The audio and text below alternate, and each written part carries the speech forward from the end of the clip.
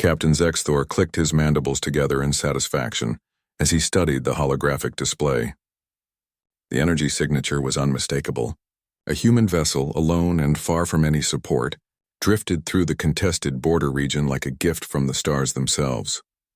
First Mate Krell, confirm the reading, Zexthor commanded, his compound eyes gleaming with anticipation. Krell, a scarred reptilian warrior who had survived 2 decades of raiding, moved his clawed hands across the sensor console. His tail twitched nervously as the data populated his screen. Confirmed, Captain. Single vessel. Human designation. Class appears to be military, but no escort ships detected within 3 light hours. Military? Zexthor laughed, a chittering sound that echoed through the bridge of the Talon Raiders' flagship. Even better. Human military vessels carry exotic matter drives. Do you know what those sell for on the black market? Captain, I must advise caution, Krell said, his voice low and measured. Human vessels even alone have a reputation. Perhaps we should. A reputation built by scared prey species, Zexthor interrupted, waving a clawed limb dismissively. The humans have been in space for what? 200 years. We have been raiding these sectors for 1,000. They are children playing with weapons they barely understand. Around the bridge, the mixed crew of pirates murmured their agreement. They had hit dozens of convoys over the years. 3 merchants, Volcar transports, even a few consortium military supply ships. All had surrendered or been destroyed. Why would humans be any different? Ensign Vril, a young officer from a prey species known for their timidity, sat at her station and said nothing. This was her first raid after being pressed into service when the pirates had attacked her colony transport. She had learned quickly that speaking up meant punishment, but something about the sensor reading made her fur stand on end. Bring up the fleet, Zexthor ordered. All 12 ships. I want a perfect intercept formation.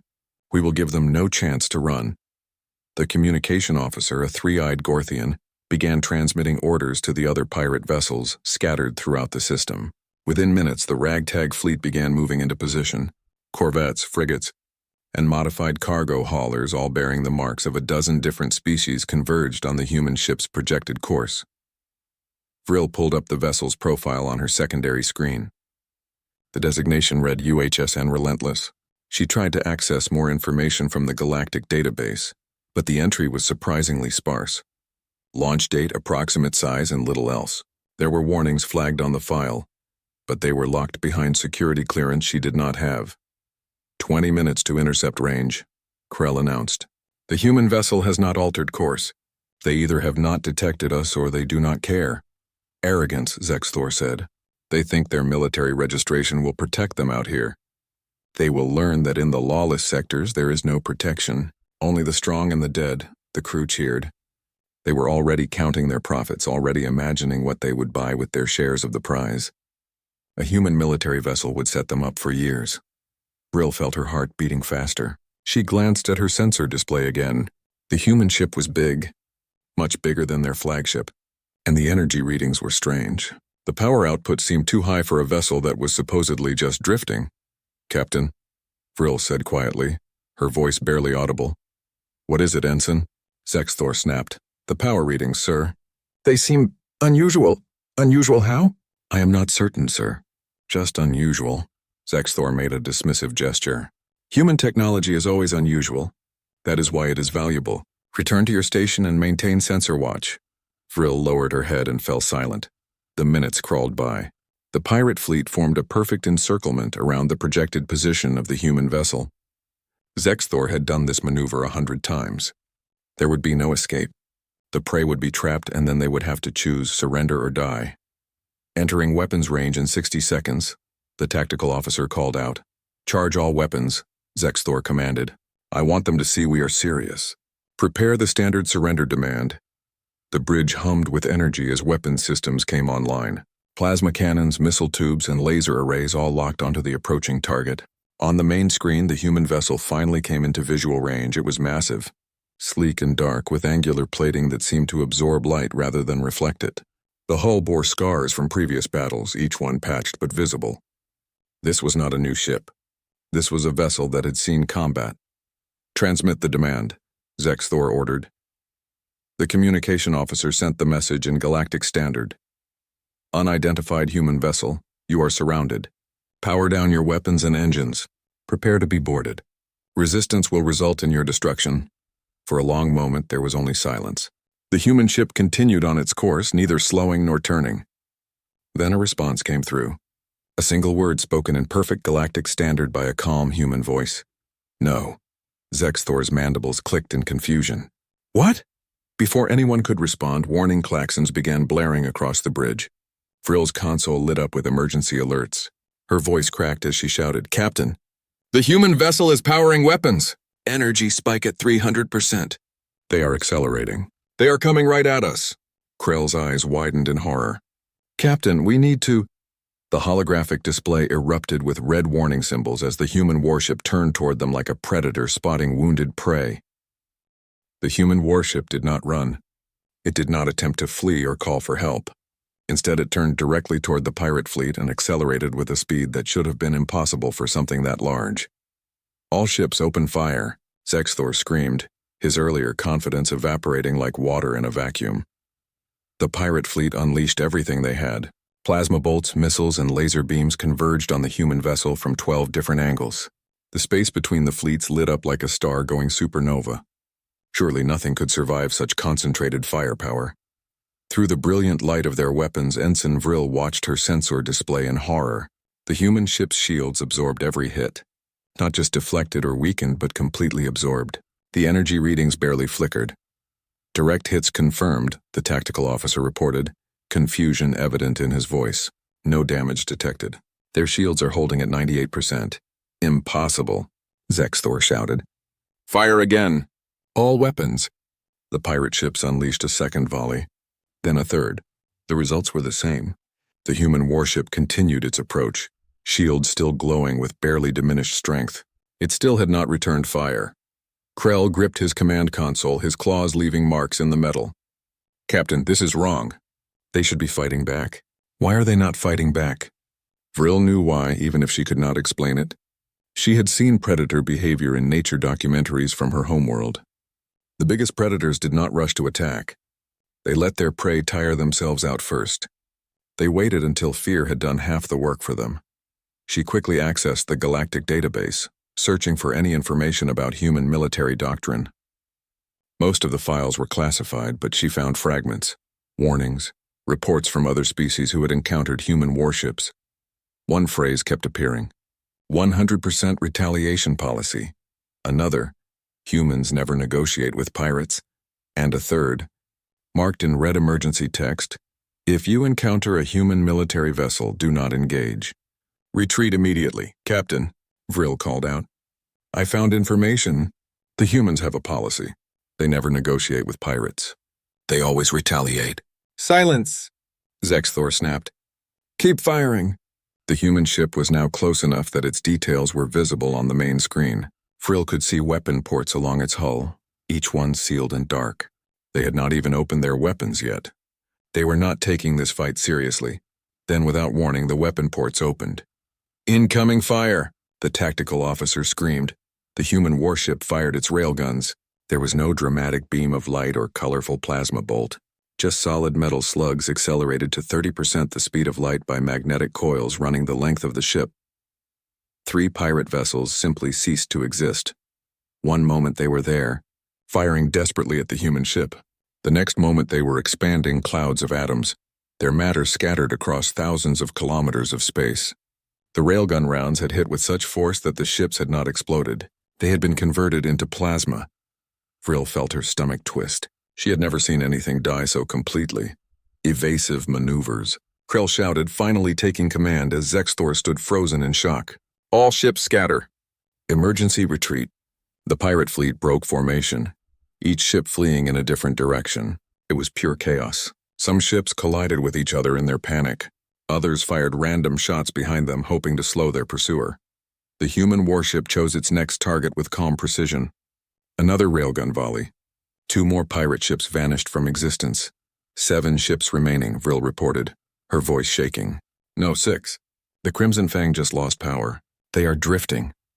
On the view screen, Vrill watched as the human ship ignored the disabled vessel and pursued the ones still trying to escape.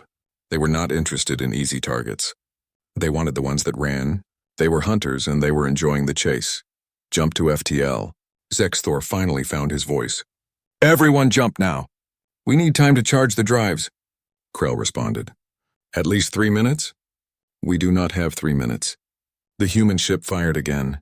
This time it was a different weapon. A beam of concentrated particles that cut through one of the fleeing pirate frigates like a knife through flesh. The ship split in two, its atmosphere venting into space along with the bodies of its crew. 5 ships left, then 4, as another railgun round found its target. Rill's console started beeping with a new alert. She did not want to look. She did not want to know, but she forced herself to check the sensors. Captain, she whispered. New contact. Behind us. What? Zexthor spun toward her. Another. Human warship just dropped out of FTL. 0.05. Light seconds behind our current position. The bridge fell silent except for the alarm klaxons and the heavy breathing of the crew. Krell's tail had gone completely still. Even Zexthor seemed unable to speak. Rill checked her sensors again, hoping she had made a mistake. She had not. The new signature was even larger than the first ship, and it was not alone. Correction, Rill said, her voice barely audible. 5 human warships. They just emerged from FTL in a formation pattern. We are surrounded. On the main view screen, 5 new dark shapes appeared against the stars, their weapon ports already open and glowing with ready fire. The first human ship, the Relentless, stopped pursuing and took up a position, completing the encirclement. 6 human warships. 4 pirate vessels. The hunter pack had arrived and the prey had nowhere left to run. The 6 human warships hung in space like dark monuments to death itself. They did not move. They did not fire. They simply waited, forming a perfect sphere around the 4 remaining pirate vessels. Krell stared at the tactical display, his military training finally cutting through the panic. This was planned, he said slowly. The first ship. It was bait. They were tracking us the entire time. Impossible, Zexthor muttered, but his voice held no conviction. How could they know we would be here? Because we are predictable, Krell said bitterly. We always hunt in this region. We always take the same approach vectors. And they waited. Vril was frantically searching through every file she could access in the Galactic database. The fragments she found painted a picture that made her blood run cold. Human warships did not operate alone. They operated in what humans called hunter-killer packs, coordinated groups that worked together with terrifying efficiency. Each human military vessel had an artificial intelligence partner. Not just a computer, but a genuine thinking machine that could process information and make tactical decisions faster than any biological mind. And these AI systems were networked together, sharing data instantaneously across entire fleets. The pirates had not been fighting one ship. They had been fighting 6 ships that thought as one. They are moving, the tactical officer reported. The human ships are adjusting position.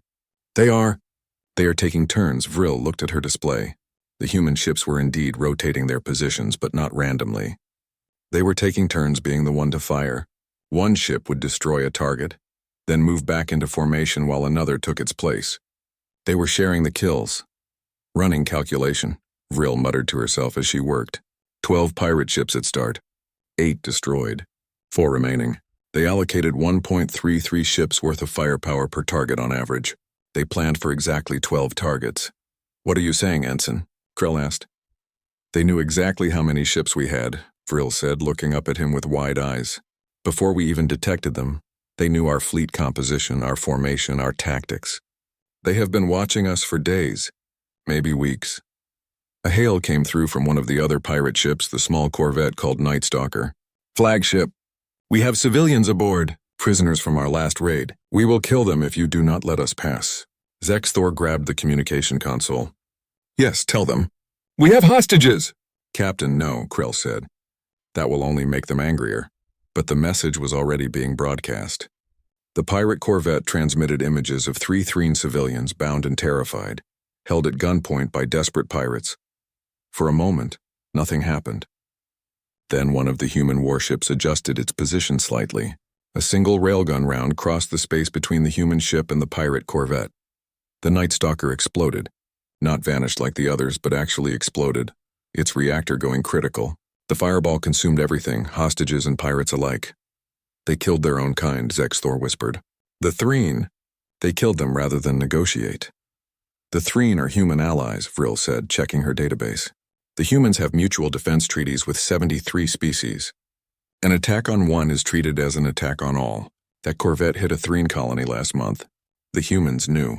They were hunting us specifically for that raid. Another pirate ship, a modified freighter called the Rusty Blade, attempted something different. It powered down all weapons and broadcast a surrender signal. We yield. We surrender. Please, we will tell you everything. One of the human ships moved closer to the Rusty Blade. For a moment, it seemed like they might accept. Then the human ship fired, not railguns this time, but missiles. Dozens of them, each one striking a different part of the pirate vessel. The ship came apart in sections, atmosphere venting, power failing, but the hull remained mostly intact. They disabled them, Krell observed. They did not kill them. They are taking prisoners from that ship. Only because they surrendered immediately, Vril said, before any more deaths occurred. That left 2 pirate ships, the flagship and a frigate called the Crimson Talon. The frigate's captain made a desperate decision. He plotted a ramming course directly at the nearest human warship and pushed his engines to maximum. The human ship did not move. It did not need to. A particle beam cut across space, slicing through the frigate's engine section with surgical precision. The ship went dead in space, momentum carrying it harmlessly past the human vessel. FTL drives are charged. The engineering officer on the flagship suddenly announced, "We can jump." Zexthor did not hesitate. "Jump now! Anywhere, just get us out of here!" Krell opened his mouth to protest, but it was too late. The flagship's exotic matter drive engaged, tearing open a hole in space-time. The ship lurched forward into faster-than-light travel, the stars stretching into lines as they entered hyperspace. They had escaped. They were safe. They were in hyperspace where no one could follow. Vril finally allowed herself to breathe. She slumped in her chair, her whole body shaking. They had survived. Barely, but they had survived. Then her console beeped. A new contact, impossible as it was, appeared on her sensors. A ship moving through hyperspace behind them. "Contact," she said, her voice breaking. "Human vessel. Designation relentless. They are in hyperspace with us." "That is not possible," Zexthor said. "No one can track through hyperspace. No one can fight in hyperspace. It is against the laws of physics." "Tell that to the humans," Krell said quietly. The human ship was gaining on them. In hyperspace, where they should have been invisible, where they should have been safe, the humans were hunting them like they could see perfectly in the dark. "They invented something," Vril said, pulling up more database files, "called pursuit drives. Experimental technology. They can track FTL signatures and follow. Only 3 species in the galaxy have this technology. Humans are one of them." The Crimson Talon, which had also jumped to FTL, suddenly disappeared from their sensors. Just gone. A moment later, Vril detected a massive energy spike at their last known location. "The Talon's drive just exploded," she reported. "The humans destroyed them while still in hyperspace. Emergency drop," Krell shouted. "Exit hyperspace now." The flagship tore itself back into normal space, alarms blaring as the damaged FTL drive protested the rough exit. They emerged in an uncharted system near a small moon orbiting a gas giant. "Where are we?" Zexthor demanded. "Unknown system," navigation reported. "No charted colonies. No traffic lanes, nothing." "Good," Zexthor said. "We hide. We wait for them to pass. Then we make repairs and—" 6 streaks of fire cut across the sky of the moon below them. Atmospheric entry burns. The human ships, all 6 of them, were following them down to the surface. "They found us," Vril whispered. "Even here in an uncharted system, they found us." The flagship's damaged engines could not maintain orbit. They were going down, whether they wanted to or not. The question was whether they would land or crash. As the ship began its descent toward the barren moon, Vril pulled up one final database entry. Her hands shook as she read it aloud. Human Strategic Doctrine, Article 7. Pirates and raiders who attack civilian populations or allied species will receive no quarter. Standard protocol is complete elimination of all hostile forces. Surrender is permitted only before shots are fired. After engagement, only unconditional surrender with full intelligence cooperation may be considered. Krell turned to look at her. "We fired first." "Yes," Vril said quietly. "We did." The flagship hit the moon's surface hard, scraping across rocky ground before coming to rest in a shallow crater. Around them, The human ships landed in perfect formation, forming a perimeter. Through the damaged view screen, Vril could see figures emerging from the human vessels. They were wearing powered armor, each suit standing 3 meters tall. They carried weapons that looked like they could tear through the flagship's hull with ease. And they were moving with the calm, methodical precision of soldiers who had done this many times before. "They are coming," the sensor officer said unnecessarily. Zexthor stared at the approaching humans. Krell moved beside him, his weapon drawn but held low. "Captain," Krell said softly, "we should surrender. Tell them everything we know. It is our only chance." Zexthor laughed, a broken, bitter sound. "You still do not understand, do you? They are not here to capture us. They are here to make an example. They are here to make sure everyone in the galaxy knows what happens when you attack humans." Outside, the Marines continued their advance, patient and unstoppable, like death itself given form and purpose. The crash had damaged the flagship badly. Half the systems were offline, and the hull had multiple breaches that were sealed only by emergency force fields. The crew stumbled through tilted corridors trying to organize some kind of defense, but everyone knew it was hopeless. In the bridge, Zexthor stared at the tactical display showing the human Marines establishing their perimeter. They were not rushing. They were not making mistakes. They were simply setting up a proper siege, cutting off every possible escape route. Krell was coordinating what remained of their defense forces. About 40 pirates, armed with whatever weapons they could salvage, were taking positions throughout the ship. It would not be enough. They all knew it would not be enough. Vril sat at her console, still searching the database for any information that might help them. What she found only made their situation clearer and more desperate. "Captain," she said quietly, "I have been reading about human military history. Their wars, their tactics. There is a pattern." "I do not care about patterns, Ensign," Zexthor snapped. "I care about survival." "That is what I am trying to tell you," Vril insisted. "Humans have something they call the principle of proportional response. When attacked, they respond with exactly enough force to ensure it never happens again. Not revenge, not anger, just cold calculation."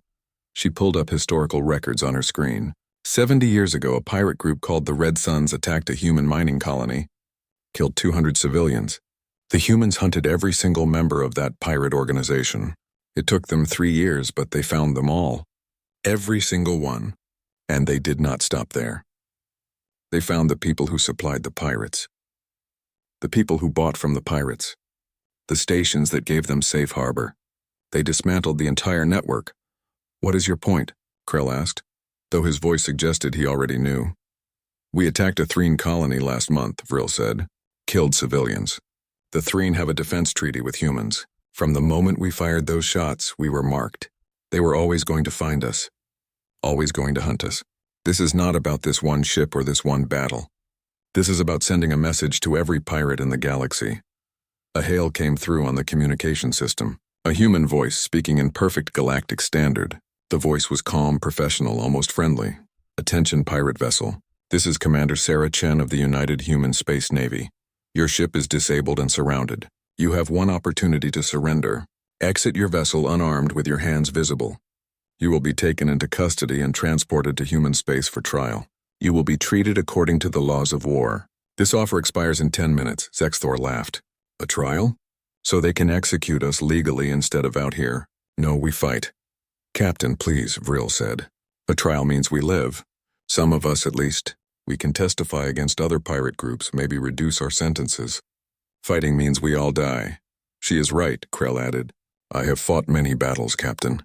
I know when a battle is lost. This one was lost before it began.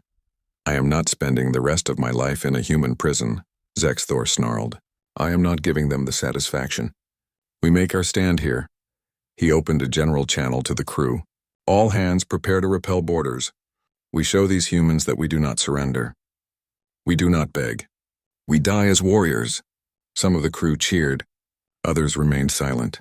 Vril noticed that several crew members were quietly moving toward the airlocks, away from the defensive positions. Outside, the 10 minutes passed. Commander Chen's voice came through again, though now it carried a note of resignation. "Your time has expired. All personnel who wish to surrender have 60 seconds to exit the vessel through the main airlock." After that, we will breach the hull and come to you. This is your final warning. The main airlock suddenly cycled open. A group of about 15 pirates rushed out, throwing their weapons aside and dropping to their knees with their hands behind their heads. Human Marines moved forward, weapons trained on them, and quickly secured them with restraints. Vril stood up from her console. I am surrendering, Captain. I am sorry. Traitor. Zexthor spun toward her, reaching for his weapon, but Krell stepped between them. Let her go, Krell said firmly. Let anyone go who wants to live.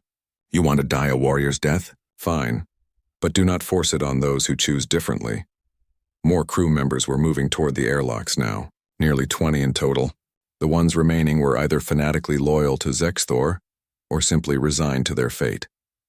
Vril ran through the damaged corridors, joining the stream of pirates heading for surrender. Behind her, she heard Zexthor screaming orders, rallying his remaining forces for a final stand. She exited through a side airlock, stumbling onto the rocky surface of the moon. Human Marines immediately surrounded her, weapons raised. She dropped to her knees, hands behind her head, exactly as the others had done. Do not move, one of the Marines said. His armor was covered in unit markings and battle honors. This was a veteran. Are there any civilians or prisoners aboard that vessel? No, Vril said quickly. We released our last prisoners 2 weeks ago. Only pirates remain. The Marine nodded and spoke into his communication system. Command, confirm no hostages. All remaining personnel are hostile combatants. Confirmed, came Commander Chen's voice. Proceed with breach. The Human Marines moved with mechanical precision. They placed shaped charges on 3 different points of the flagship's hull. Then they fell back behind cover. The charges detonated simultaneously, blowing holes through the armored hull. Smoke and atmosphere vented into the thin air of the moon. Before the smoke even cleared, the Marines were moving through the breaches. What followed was not a battle. It was an execution, but an efficient one. The Marines moved through the ship in coordinated teams, their armor protecting them from the pirates' desperate weapons fire. They used stun grenades and precise shots, targeting weapon hands and legs when possible. But when pirates fired back, the Marines returned fire with lethal force. They were giving chances to surrender, Vril realized even now. Any pirate who dropped their weapon was restrained and moved outside. Any pirate who kept fighting was eliminated. It took less than 15 minutes. 15 minutes to clear a ship that held 40 armed defenders. The Marines emerged from the wreckage with 12 more prisoners. The rest had chosen to fight to the end. Vril was sitting with the other surrendered pirates, all of them restrained and guarded. She watched as the Marines carried out bodies. She recognized some of them. The communication officer, the tactical officer, the engineering crew. Then they brought out Zexthor. He was not dead, but badly wounded. He had fought to the last moment, and the Marines had shot him multiple times before he finally dropped his weapon. Even now, as they carried him on a stretcher, he was cursing and threatening. Krell was alive too, restrained but unharmed. He had surrendered the moment the Marines breached his position. Commander Chen walked among the prisoners, her helmet removed now. She was a woman who looked to be in her 40s, with short dark hair and eyes that had seen too much combat. She stopped in front of Zexthor's stretcher. You are under arrest for piracy, murder of civilians, and violation of multiple interstellar laws, she said calmly. You will be transported to human space where you will stand trial. You have the right to legal representation. You have the right to present evidence in your defense. Do you understand these rights? Zexthor spat at her. I understand that you are dead. All of you. When the other pirate clans hear of this, they will hunt you down. They will do nothing, Chen interrupted. Because they are smart enough to avoid human space. And those who are not smart enough? We will hunt them just like we hunted you. Just like we have been hunting pirates for 70 years. She turned to address all the prisoners. 3 months ago, your group attacked a Threen colony. You killed 43 civilians, including children. We have been tracking you since that day. Every station you visited. Every transaction you made. Every communication you sent. We know your suppliers. We know your buyers. We know your safe harbors. And we are dismantling all of it. Chen paused, letting that sink in. Some of you chose to surrender. That will count in your favor during trial. Some of you fought to the end. Those who survived will face harsher judgment. But all of you will face justice. Human justice. And everyone in this galaxy will know that attacking civilians under human protection comes with a price. She gestured to her Marines. Load them on the transport. Medical treatment for the wounded. Everyone else goes in holding cells. We leave orbit in 2 hours. As the Marines began moving prisoners toward the transport ships, Vril looked back at the wreckage of the flagship. This had been her home for 6 months since she was pressed into service. She had hated every moment of it, but at least she had been alive. Now she was going to human space, to trial, to prison. But she was alive, and she would stay alive if she cooperated. If she told them everything she knew about other pirate operations, she had learned the lesson the hard way. Never fight the humans. They do not bluff. They do not negotiate, and they never ever forget. The human transport ship was nothing like the pirate vessels Vril had lived on. It was clean, organized, and surprisingly comfortable even for prisoners. Each of them had been given medical treatment, food, and a small cell with basic amenities. It was far better than what they had given their own prisoners.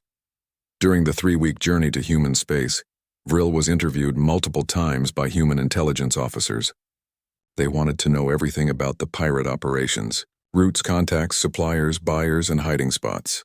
At first she was reluctant, but the human interviewer, a kind woman named Lieutenant Park, explained something that changed her perspective.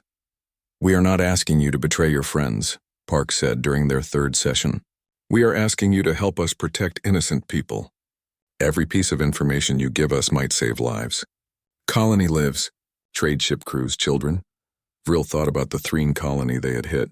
She had not participated in the raid.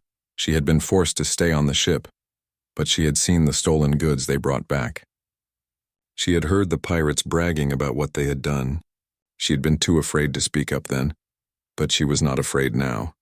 She told them everything. She told them about the pirate station hidden in the Nexar Nebula, where 8 different pirate clans met to trade and resupply. She told them about the corrupt station master on Velcor Prime who allowed pirates to dock for a cut of their profits. She told them about the Gorthian merchant who bought stolen goods and sold them on the legitimate market. Other prisoners were talking too. Krell, the former first mate, was providing detailed tactical information about pirate operations. Even some of Zexthor's loyal crew were cooperating once they realized their captain could not hurt them anymore. Zexthor himself remained defiant. He refused all interrogation, threatened every human who came near him, and spent his time in medical confinement screaming about revenge and honor. The transport finally arrived at Sanctuary Station, a massive human military base in the Sol system. Vril had never seen anything like it. The station was bigger than some moons, bristling with weapons, shipyards, and docking bays. Hundreds of ships moved around it in perfect coordination. The prisoners were processed through the station's detention center. They were given clean clothes, proper identification, and appointed legal defenders. Vril met her lawyer, a human man named Marcus Liu, who explained the legal process to her. "You are being charged with piracy, conspiracy to commit piracy, and accessory to murder," Liu said, reviewing her file. "These are serious charges. However, you have several factors in your favor. You were pressed into service against your will. You never directly participated in raids, and you have provided valuable intelligence that has already led to 3 successful operations against other pirate groups." "What does that mean?" Vril asked. "It means I can argue for a reduced sentence. Instead of life imprisonment, you might be looking at 10 to 15 years with possibility of parole after 5 if you continue to cooperate and show good behavior." 10 years. It sounded like a lifetime, but it was better than death. It was better than staying with the pirates. The trial took place 3 months later. The human legal system was complex, with lawyers, judges, witnesses, and evidence presented in a structured format. Vril testified about her experiences, about being forced to join the pirates, about what she had witnessed. Zexthor had his own trial, separate from the others. He was found guilty on all counts and sentenced to life imprisonment without possibility of parole. Several of his most loyal crew members received similar sentences. Those who had fought to the end but survived were given heavy sentences ranging from 50 to 80 years. Those who had surrendered and cooperated, like Vril and Krell, received lighter sentences. Vril was sentenced to 8 years with parole possible after 4. Krell received 12 years. His sentence reduced because of his cooperation but increased because of his leadership role. Life in human prison was strange. It was strict but not cruel. There were rules, schedules, work assignments, and educational opportunities. Vril was assigned to work in the prison library, organizing and cataloging files. It was quiet work, and it gave her time to think. She thought about her life before the pirates, about her colony and her family. She thought about the choices she had made, and the choices that had been taken from her. She thought about the Threen colony and the people who had died there. She read about human philosophy and human law. She learned that humans believed in something called rehabilitation, the idea that people could change and become better. It was a strange concept to her, but she found herself wanting to believe in it. 4 years passed. Vril attended every rehabilitation program, completed her education, and continued to provide information about pirate operations when asked. She learned to speak English, the primary human language. She made friends with other prisoners, some of them human criminals who had made their own mistakes. When her parole hearing came, she was terrified. But Lieutenant Park came to speak on her behalf, explaining how Vril's information had helped dismantle 2 major pirate networks and saved an estimated 300 lives. The parole board granted her release with conditions. She would remain in human space under supervision and continue to work as a consultant for anti-piracy operations. She agreed immediately. 6 months after her release, Vril was sitting in a small apartment on Earth, working remotely for the Human Navy's Intelligence Division. Her job was to analyze pirate communications and identify patterns. It was important work, and she was good at it. She received a message one day from Krell. He had been released on parole as well, after serving 8 of his 12-year sentence. He had taken a job on a human merchant vessel, working as a security consultant. He thanked her for inspiring him to cooperate and to change. Zexthor remained in prison, still defiant, still insisting he had done nothing wrong. Vril heard he had become a cautionary tale, someone prison officials pointed to as an example of what not to become. Far from Earth, in the offices of Admiral Sarah Chen, a meeting was taking place. Chen, now promoted after her successful anti-piracy operations, was reviewing reports with her staff. Pirate activity in human space is down 78%, one officer reported. The Talon Raiders operation had a significant deterrent effect. Multiple pirate groups have abandoned operations near human colonies. The information provided by cooperative prisoners has led to the dismantling of 3 major pirate networks, another officer added. We have identified and sanctioned 12 stations that were providing safe harbor to pirates. Most have agreed to cooperate with our anti-piracy efforts. Chen nodded, satisfied. What about current threats? A new group has emerged in Sector 44, the intelligence officer said. They call themselves the Black Suns. Yesterday they attacked a human mining outpost. 3 deaths, multiple injuries. The room fell silent. Every officer present knew what came next. Chen's expression hardened. Dispatch a hunter pack. I want the relentless leading. Full authorization for pursuit and elimination if they resist. And send a message to all nearby stations. Anyone providing aid or shelter to the Black Suns will be considered complicit.